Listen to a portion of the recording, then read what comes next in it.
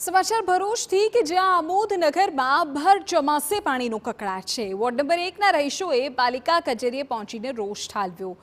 મહિલાઓએ કચેરીના પટાંગણમાં માટલા ફોડી રોષ વ્યક્ત કર્યો। લાંબા સમયથી અહીં પાણીની સમસ્યા હોવાની લોકો રજૂઆત કરી રહ્યા છે।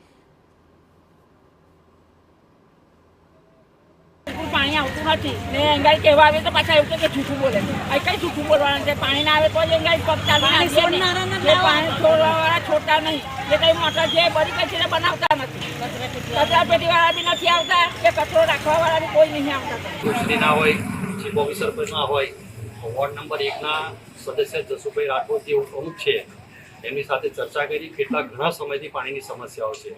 અગાઉ વોર્ડની અંદર નગરપાલિકામાંથી અમે જ્યારે સ્લમ વિસ્તારમાં પાણી નહોતું આવતું 1 નંબરના વોર્ડની અંદર એને સ્પેશિયલ ટાંકી બનાવવામાં આવેલી હતી।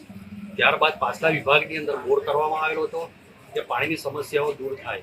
આજે સ્લમ વિસ્તાર છે, ગરીબો રહે છે, 12 વાગે પાણી છોડે છે એ વ્યાજબી નથી। ખરેખર સવારમાં પાણી આપવું જોઈએ જેથી કરીને મજૂર વર્ગના જે કામ કરવા જતા હોય તે પાણી ભરીને જઈ શકે।